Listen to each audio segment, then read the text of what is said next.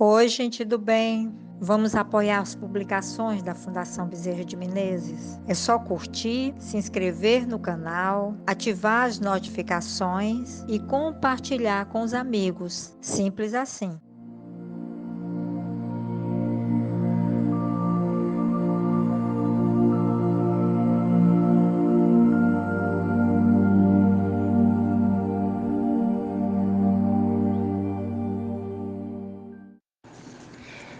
Estudo do Evangelho segundo o Espiritismo, capítulo 17, Sede perfeitos, e o item Parábola do Semeador.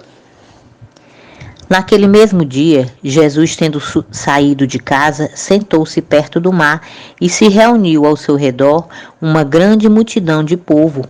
Por isso, ele subiu num barco, onde se sentou, todo o povo estando na margem, e lhes disse muitas coisas por parábolas, falando-lhes desta maneira. Aquele que semeia saiu a semear, e enquanto semeava, uma parte da semente caiu ao longo do caminho, e vindo os pássaros do céu a comeram.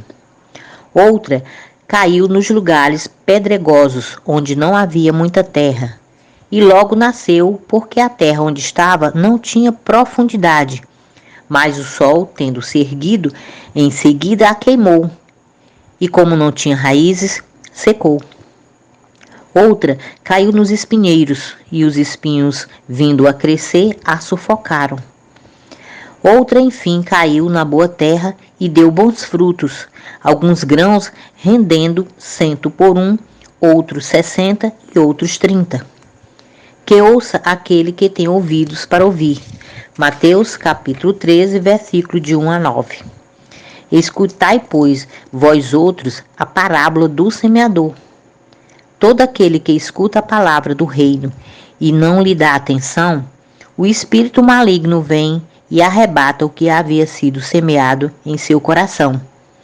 É aquele que recebeu a semente ao longo do caminho. Aquele que recebeu a semente no meio das pedras é o que escuta a palavra e que a recebe na hora mesmo com alegria, mas ele não tem em si raízes. E não está senão por um tempo. E quando sobrevêm os obstáculos e as perseguições por causa da palavra, a toma logo como um objeto de escândalo e de queda. Aquele que recebe a semente entre os espinhos é o que ouve a palavra, mas em seguida os cuidados deste mundo e a ilusão das riquezas sufocam em si essa palavra e a tornam infrutífera. Mas aquele que recebe a semente numa boa terra é aquele que escuta a palavra e que lhe presta atenção e que dá fruto e rende 100 ou 60 ou 30 por um. Mateus capítulo 13, versículo de 18 a 23. A parábola da semente representa perfeitamente as diferenças que existem na maneira de se aproveitar os ensinamentos do Evangelho.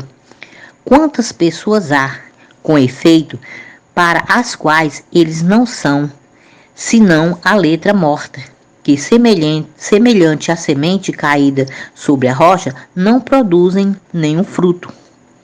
Ela encontra uma aplicação não menos justa nas diferentes categorias de espíritas. Não é o emblema daqueles que não se apegam senão aos fenômenos materiais e deles não tiram nenhuma consequência, porque não veem neles senão um objeto de curiosidade. Daqueles que não procuram senão o brilho nas comunicações dos espíritos e não se interessam por elas senão quando satisfazem a sua imaginação, mas que, depois de as terem ouvido, são tão frios e indiferentes quanto antes, que acham os conselhos muito bons e os admiram, mas deles fazem aplicação nos outros e não a si mesmo. Dos que, enfim, para quem essas instruções são como a semente caída na boa terra e produzem frutos, Bom, amigos, breve comentário sobre a parábola do semeador, que já está tão explícita, né? Mas podemos perceber o seguinte, que o semeador é o próprio Cristo. As sementes são seus ensinamentos. O terreno somos nós, e a maneira como recebemos ou entendemos essa semente é o que classifica o terreno. Ao longo do caminho, escutamos e não damos atenção. Não nos sentimos tocados. No meio das pedras, ouvimos, nos entusiasmamos e não passa disso, logo esquecemos. Nos espinheiros, recebemos os ensinamentos, mas envolvidos com as coisas materiais, não pomos em prática o que recebemos.